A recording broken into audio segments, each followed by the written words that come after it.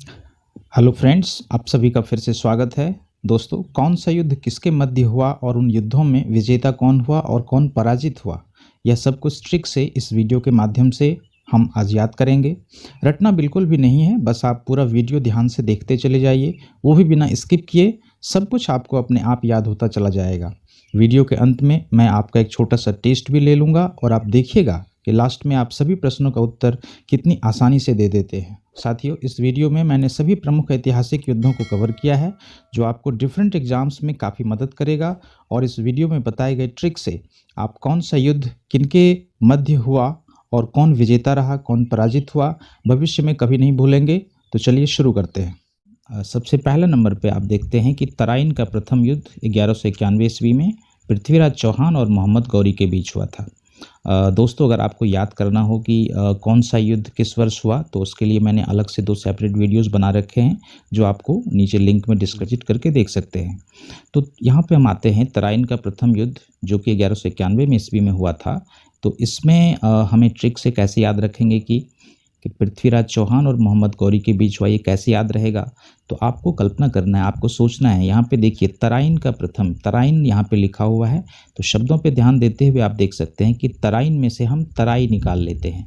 तराई एक क्षेत्र होता है, जो मैदानी इलाका, जो नमी वाली ज़मीन होती है, उसको हम तराई क्षेत्र कहते हैं। तो मान लिया जाए कि पृथ्वी का जो एक राजा है, यहाँ पे पृथ्वीराज चौहान से हमने क्या ले लिया है, पृथ्वीराज चौहान में से हमने पृथ्वी का राजा लिया है। तो एक पृथ्वी का राजा है जो कि तराई क्षेत्र में घूमने निकला, विहार करने निकला, और वहाँ पर उन्हें क्या मिल गई, एक गोरी लड़की मिल गई। तो उन्हें वो गोरी लड़की बहुत पसंद आई, जिससे उनका प्रेम हुआ और उन्होंने उन गोरी लड़की से विवाह कर लिया। मोहम्मद गौरी में से गोरी लिया है हमने, तो उस गोरी लड़की से विवाह कर लिया। तो इस तरह से हम मान के चल सकते हैं कि पृथ्वीराज चौहान यानी कि पृथ्वी के जो राजा हैं, वह मोहम्मद गौरी पर विजेता साबित हुए, क्योंकि किसी के मन को जीत करके ही हम उसको जो है उन्होंने उनसे विवाह किया होगा। तो इस तरह से हम कह सकते हैं कि तराइन का प्रथम युद्ध जो हुआ था वो पृथ्वीराज चौहान और मोहम्मद गौरी के बीच हुआ था, जिसमें पृथ्वीराज चौहान विजेता हुए थे। आप यहाँ पे ध्यान देंगे कि जितने भी विजेता हैं वो उनका नाम मैंने बिल्कुल शुरू में लिखा है, और इस तरह से आप बिल्कुल आसानी से याद भी रख सकते हैं। तो इस तरह से हम कह सकते हैं कि तराइन का प्रथम युद्ध जो था वह पृथ्वीराज चौहान और मोहम्मद गौरी के बीच हुआ था। नंबर 2 पर हम देखते हैं कि तराइन का द्वितीय युद्ध, अब फिर से एक बार तराइन का दूसरा युद्ध होता है, जो कि 1192 ईस्वी में होता है, और बिल्कुल उन्हीं दोनों पक्षों के बीच मोहम्मद गौरी और पृथ्वीराज चौहान। लेकिन परिणाम थोड़ा सा उसके उल्टा होता है, इसमें मोहम्मद गौरी की विजय होती है और पृथ्वीराज चौहान की पराजय होती है। तो इसको हम ट्रिक के माध्यम से कैसे याद रखेंगे, तो आप मान के चल सकते हैं कि तराइन में से फिर से आप क्या निकालिए, तराई क्षेत्र निकालिए। कि मान लिया जाए कि पृथ्वी का जो राजा है वो फिर से एक बार तराई के क्षेत्र में घूमने निकला है, लेकिन इस बार तो वो शादीशुदा हैं, वो गोरी लड़की से उनकी शादी हो चुकी है। तो शादी के बाद क्या होता है, अक्सर पत्नियां ही मालिक होती हैं, विजेता साबित होती हैं। तो यहाँ पर हम याद रख सकते हैं कि दूसरी बार जब तराई क्षेत्र में घूमने निकले राजा, तो मोहम्मद गौरी में से हम गोरी निकाल के कह सकते हैं कि उनकी जो पत्नी बहुत ही गोरी थी, वह आगे आगे चल रही थी और पृथ्वीराज उसके पीछे पीछे चल रहे थे। तो इस तरह से हम कह सकते हैं कि तराइन का द्वितीय युद्ध 1192 वाला मोहम्मद गौरी और पृथ्वीराज चौहान के बीच हुआ था, जिसमें मोहम्मद गौरी विजेता हुए थे। उसके बाद तीसरे नंबर पे हम देखते हैं कि चंदावर का युद्ध है, जो कि 1194 ईस्वी में हुआ था, और इसमें भी मोहम्मद गौरी की विजय हुई थी और जयचंद इसमें हारे थे और मारे भी गए थे। तो इसमें हम कैसे ट्रिक के माध्यम से याद रखेंगे, देखिए यहाँ पे शब्दों पे फिर से आप ध्यान दीजिए कि चंदावर, चंदावर में से चंदा निकाल लीजिए। मान लीजिए कि चंदा नाम की एक लड़की है जो बहुत ही गोरी है ना, वो खुद तो बहुत देखने में बहुत ही गोरी है, लेकिन उसका जो वर है, चंदावर में से वर निकालते हैं, तो वर जो है वह नाम तो उसका जयचंद है, लेकिन वह देखने में बहुत ही कुरूप है, जिसकी वजह से चंदा उसको क्या कर देती है, मार देती है। तो इस तरह से हम कह सकते हैं कि चंदावर का जो युद्ध हुआ था वो मोहम्मद गौरी और जयचंद के बीच हुआ था, और इसमें जयचंद मारा गया था और मोहम्मद गौरी विजेता हुए थे। चलिए हम आगे बढ़ते हैं, चौथे नंबर पे जाते हैं, जिसमें लिखा हुआ है कि पानीपत का पहला युद्ध जो 1526 ईस्वी में हुआ था, और ये बाबर और इब्राहिम लोदी के बीच में हुआ था। यहाँ पे हम एक चीज़ और याद कर लेते हैं कि जितने भी चारों युद्ध हुए थे, देखिए ध्यान से आप देखिए कि 4 नंबर, 5 नंबर, 6 नंबर, 7 नंबर जो युद्ध हुए हैं, ये चारों के चारों युद्ध में बाबर की विजय हुई है, हमेशा बाबर जीता है। देखिए ये जो चारों युद्ध हुए हैं, ये पानीपत का पहला युद्ध, खानवा का युद्ध, चंदेरी का युद्ध और घाघरा का युद्ध, ये चारों बिल्कुल एक सीक्वेंस में हुआ है। जैसे आप देख सकते हैं कि 1526 में, 1527 में, 1528 में और 1529 में। तो इन सभी युद्धों में लगातार हर साल जो उन्होंने जीत हासिल करी, वो जीत हासिल करने वाला बाबर था। तो बाबर हमेशा जीता, इसलिए इसका नाम जो है आप देख सकते हैं कि सबसे पहले लिखा हुआ है। तो चलिए, हम ये तो विजेता की बात हो गई, लेकिन कौन सा युद्ध किसके मध्य हुआ, हम इसकी बात कर रहे हैं। फिर से हम आते हैं चौथे नंबर पे, जिसमें हमने बात करना है पानीपत का पहला युद्ध। तो इसमें बाबर और इब्राहिम लोदी के बीच हुआ था। भाई देखिए, पानीपत में से हम पानी निकालते हैं। अब पानी के लिए युद्ध हो रहा है, तो पानी के लिए सभी लोग लड़ रहे हैं। पानी की कमी हो गई है, तो पानी के लिए सब लोग लड़ रहे हैं आपस में। तो वहाँ पर क्या हुआ, आप किसी बारबर के यहाँ, देखिए बाबर को मैंने यहाँ पे बाबर लिखा हुआ है, इसको हमने क्या कर दिया है, बारबर बना दिया है। बारबर मतलब नाई होता है ना। तो जहाँ पे हम शेविंग वगैरह करवाते हैं, बाल बनवाते हैं, तो आप किसी बारबर के यहाँ, यानी बाबर जो यहाँ पे लिखा हुआ है, किसी बारबर के यहाँ शेविंग करवाने गए, तो उसको आपने क्या देखा कि वह हिम लाद करके बोरी में ला रहा था। हिम का मतलब बर्फ़ होता है। देखिए, इब्राहिम में से हमने हिम निकाला और लोदी में से लाद निकाला है, तो वो हिम लाद करके बोरी में ला रहा था, जिससे कि पानी का युद्ध खत्म हो जाए, उसकी पानी की जो समस्या है वो पूरी हो जाए। तो इस बहाने आपको याद रहेगा कि पानीपत का पहला युद्ध, यानी पानीपत की जो पहली लड़ाई हुई थी, वह बाबर और इब्राहिम लोदी के बीच हुई थी। और विजेता के बारे में हम पहले ही देख चुके हैं। यह युद्ध भी जो है, विजेता सबसे पहले इसमें बाबर ही हुआ था, और यहीं से मुगल वंश की स्थापना बाबर ने करी थी। तो दोस्तों, अगर आपको ये ट्रिक अच्छा लग रहा हो तो एक लाइक ज़रूर कर दें, और अगर आपको इस तरह के और भी वीडियोस देखने हों तो हमारे चैनल को ज़रूर सब्सक्राइब कर लें। तो चलिए हम आगे बढ़ते हैं। 5वें नंबर में हम देखते हैं कि खानवा का युद्ध है ना। तो खानवा का युद्ध 1527 ईस्वी में हुआ था, और ये बाबर और मेवाड़ के राणा सांगा के बीच हुआ था, जिसमें राणा सांगा की हार हुई थी। तो इसको हम ट्रिक के माध्यम से कैसे याद रखेंगे, देखिए इसमें खानवा में से हम खान निकाल लेते हैं। खान हम सभी जानते हैं कि खान का मतलब माइंस होता है, जहाँ से कोयले वगैरह निकाला जाता है। और यहाँ पर बाबर में से आप इसको फिर से एक बार बारबर बनाइए, मतलब नाई बनाइए। तो आप मान के चलिए कि एक बारबर है, एक नाई है, जिसको सॉन्ग गाने का शौक है, यानी कि गाना गाने का बहुत ही शौक है। यहाँ पे देखिए सांगा लिखा हुआ है, सांगा में से हमने सॉन्ग निकाल लिया है। सॉन्ग मतलब गाना होता है ना। तो उसको गाना गाने का बहुत ही शौक है, लेकिन उसको शर्म आती है, तो क्या करता है कि खान में घुस करके खान में चला जाता है। वो बारबर जो है वो खान में चला जाता है, और वहाँ पर जाके सॉन्ग गाता है, गाना गाता है। तो हम यहाँ पे इस बहाने याद रख सकते हैं कि खानवा का युद्ध जो था वो बाबर और राणा सांगा के बीच हुआ था, जिसमें बाबर विजेता रहा। चलिए आगे बढ़ते हैं। 6ठे नंबर पे हम देखते हैं चंदेरी का युद्ध 1528 ईस्वी में हुआ था, और ये बाबर और राजपूत राजा मेदिनी राय के बीच हुआ था। इसमें भी बाबर विजेता रहे थे। तो इसमें हम यहाँ पे ट्रिक के माध्यम से कैसे याद रखेंगे, हम कहेंगे, देखिए यहाँ पे चंदेरी, यहाँ पे शब्दों पे ध्यान देके आप देख सकते हैं कि चंदेरी लिखा हुआ है। चंदेरी में हम चंद और देरी दो शब्द निकाल सकते हैं। तो देखिए बाबर को इस बार फिर से हमने जो है बारबर ही बनाना है। आप ये सोच सकते हैं कि बारबर जो है, एक नाई जो है, वह मेहंदी लगाने में चंद भी देरी नहीं करता है। अगर आप किसी बारबर के पास मेहंदी लगवाने जाएंगे, मतलब बाल डाई करवाने जाएंगे, तो वह चंद भी देरी नहीं करेगा, फटाफट आपके बालों में वो जो बारबर है वह मेहंदी लगा देना। मेदिनी में से हमने मेहंदी बनाया है, तो आपके मेहंदी लगाने में वो चंद भी देरी नहीं करता है। बस हो गया। इसी बहाने आपको याद रहेगा कि चंदेरी का युद्ध जो 1528 ईस्वी में हुआ था, वह बाबर और राजपूत के राजा मेदिनी राय के बीच हुआ था, जिसमें बाबर विजेता हुए थे। चलिए हम 7वें नंबर पे चलते हैं। यहाँ पे देखते हैं घाघरा का युद्ध लिखा हुआ है 1529 ईस्वी में। इस युद्ध में भी बाबर विजेता रहा है, शुरू में ग्रीन कलर में है। तो इसको हम कैसे याद रख सकते हैं, 7वें नंबर में घाघरा का युद्ध। फिर से आपको यहाँ पे देखना है कि ये 1529 ईस्वी में हुआ था, तो घाघरा में से एक बार फिर से हमको एक घाघरा शब्द मिल रहा है। तो यहाँ पे भी देखिए बाबर फिर से आया हुआ है, और महमूद लोदी है। दोस्तों, ये महमूद लोदी जो है वो इब्राहिम लोदी का भाई था। तो ये महमूद लोदी इब्राहिम लोदी का भाई था, जिससे ये युद्ध किया था बाबर ने, और इसको पराजित किया था। उसी को हम कहते हैं घाघरा का युद्ध। तो आप इसको कैसे याद रखेंगे, घाघरा का युद्ध है और यहाँ पे बाबर है, तो एक बार फिर से हम बाबर को बारबर ही बनाते हैं, यानी कि नाई ही बनाते हैं।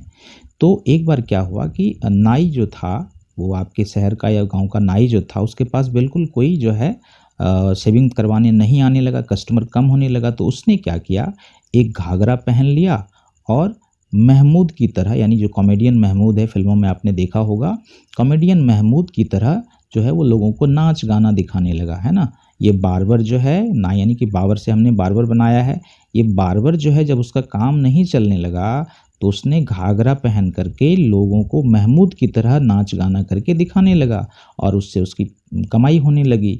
तो इस तरह से आप कह सकते हैं कि घाघरा का युद्ध 1529 में जो हुआ था वो बाबर और महमूद लोदी के बीच हुआ था और विजेता के बारे में हम पहले ही डिस्कस कर चुके हैं।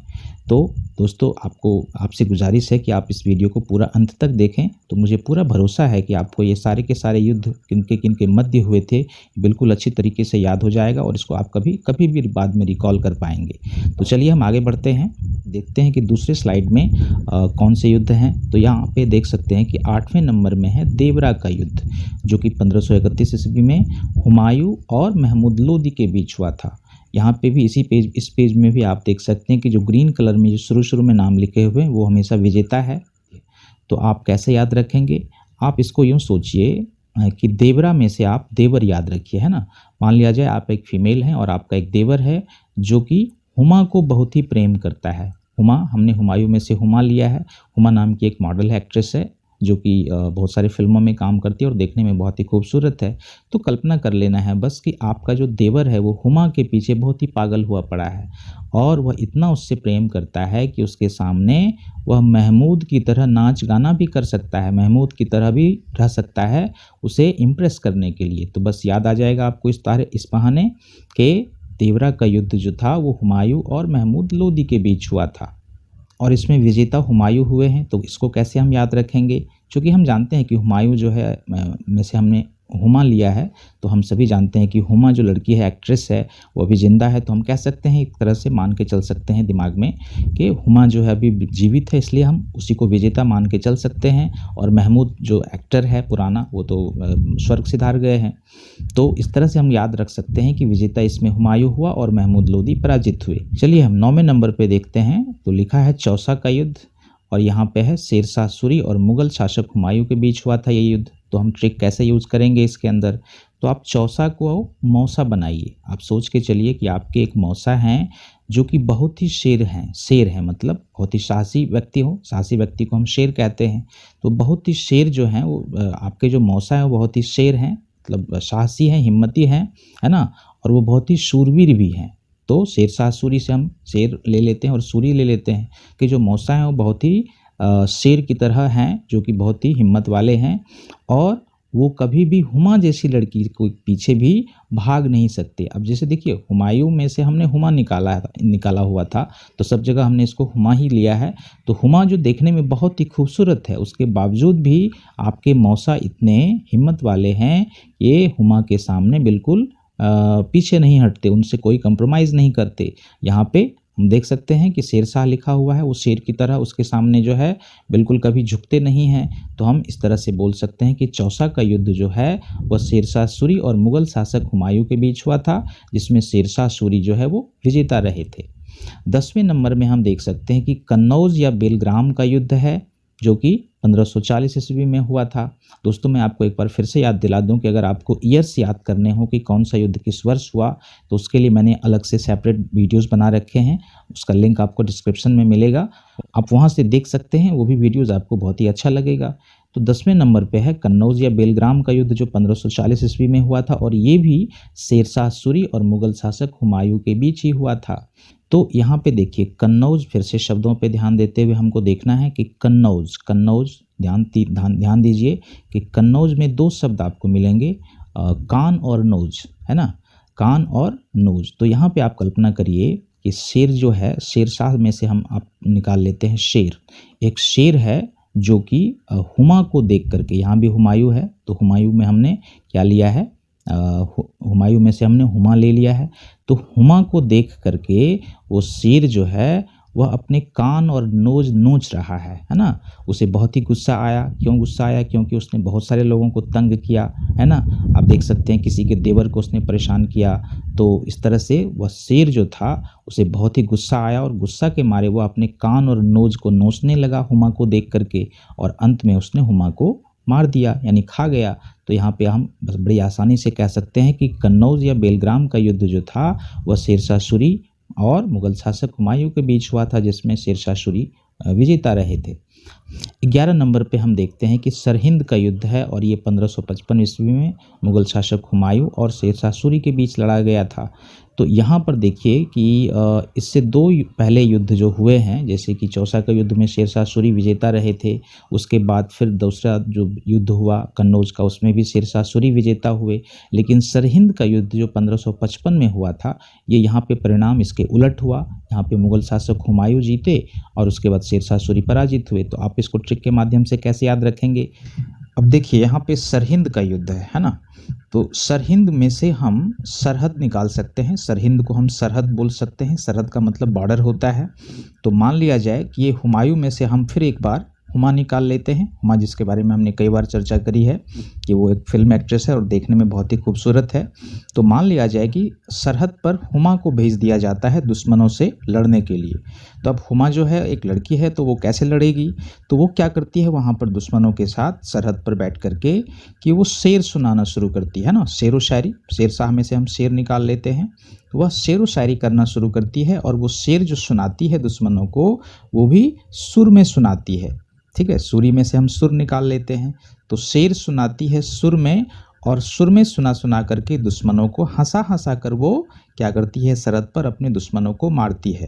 तो इस तरह से हम बड़ी ही आसानी से कह सकते हैं कि सरहिंद का युद्ध मुगल शासक हुमायूं और शेरशाह सूरी के बीच हुआ। और चूंकि इसमें हुमा यानी कि हुमायूं में से हमने हुमा निकाला है, यहाँ पे देखा है आपने कि हुमा निकाला है हमने, तो हुमा ने मारा है अपने दुश्मनों को, यानी विजेता के रूप में हम हुमा को देख सकते हैं और पराजित के रूप में हम शेरशाह सूरी को देख सकते हैं। तो इस तरह से हमको याद रह जाएगा कि सरहिंद का युद्ध जो हुआ था, जैसे हम सुनेंगे सरहिंद का युद्ध तो हमें ये याद आएगा कि सरहद पे युद्ध हुआ था। तो किसने युद्ध किया था? तो हुमा ने युद्ध किया था। कैसे किया था?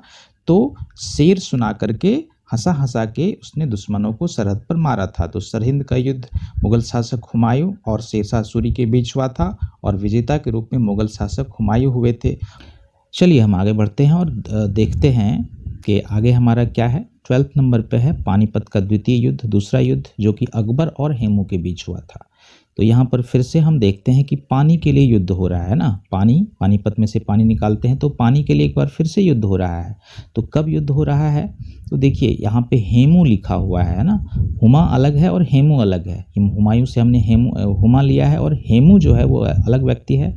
तो हेमू को हम यहाँ पे हेमा मालिनी बना देते हैं और अकबर को हम अखबार बना देते हैं। तो मान लिया जाए कि एक बार हेमा मालिनी जो हैं एक्ट्रेस जो हैं, वह अखबार बैठ के पढ़ रही थी, तभी वहाँ पर क्या हुआ, बारिश होने लगी, पानी पड़ने लगा, या फिर किसी और ने जो है पानी का छींटा मार दिया, जिस वजह से क्या हुआ, हेमा के बीच और जिसने पानी अखबार पे डाला था उसके बीच एक युद्ध छिड़ गया। तो इस तरह से हम कह सकते हैं कि पानीपत का दूसरा युद्ध जो हुआ था वह अकबर और हेमू के बीच हुआ था, जिसमें अकबर विजेता रहे थे। 13 नंबर पे हम देख सकते हैं, जो कि सेकंड लास्ट भी है, तालीकोटा का युद्ध जो कि 1565 ईस्वी में हुआ था और ये दक्कन के सल्तनतों व विजयनगर साम्राज्य के मध्य हुआ था। इसमें मैं आपको बता दूं कि दक्कन के सल्तनत की विजय के बाद जो विजयनगर का साम्राज्य था वो पूरी तरह से नष्ट हो गया था, खत्म हो गया था। तो इसको हम ट्रिक के माध्यम से कैसे याद रखेंगे कि आप यहाँ पे देखिए ताली और कोटा, ताली कोटा में से हम दो शब्द निकाल सकते हैं, ताली निकाल सकते हैं और कोट निकाल सकते हैं। और यहाँ पे दक्कन को आप ढक्कन बना दीजिए। जब हम किसी व्यक्ति को अहमियत नहीं देते तो हम उसको क्या कहते हैं, ढक्कन कह देते हैं। तो हम किसी के बारे में ऐसा सोच सकते हैं, आप ऐसा सोचिए कि वह एक ऐसा ढक्कन व्यक्ति है कि वह दूसरों के विजय पर भी जो है ताली बजाता है, कोट में कोट पहन करके दूसरों के विजय पर भी वह ताली बजाता है। वह इतना बड़ा ढक्कन है, इतना बड़ा मूर्ख व्यक्ति है कि वह दूसरों के विजय और अपने पराजय पर भी जो है वह ताली बजाता है कोट पहन करके। तो बस इसी बहाने हमको याद रहेगा कि तालीकोटा का युद्ध जो हुआ था वह दक्कन के सल्तनतों व विजयनगर साम्राज्य के मध्य हुआ था, जिसमें विजयनगर साम्राज्य की एक तरह से हम कह सकते हैं उन्मूलन हो गया था। लास्ट में 14 नंबर पे है हल्दी घाटी का युद्ध, जो कि 1576 ईस्वी में अकबर और महाराणा प्रताप के बीच हुआ था। तो यहाँ पे हल्दी घाटी लिखा हुआ है, मान के चलते हैं कि हल्दी घट गई आपके घर में, है ना, आपके घर में जब हल्दी घट गई तो आपने क्या किया, अखबार ले करके किसके पास चले गए? विश्वनाथ प्रताप के घर। हम सभी जानते हैं कि विश्वनाथ प्रताप सिंह जो हैं वो भूतपूर्व प्रधानमंत्री हमारे देश के रहे हैं।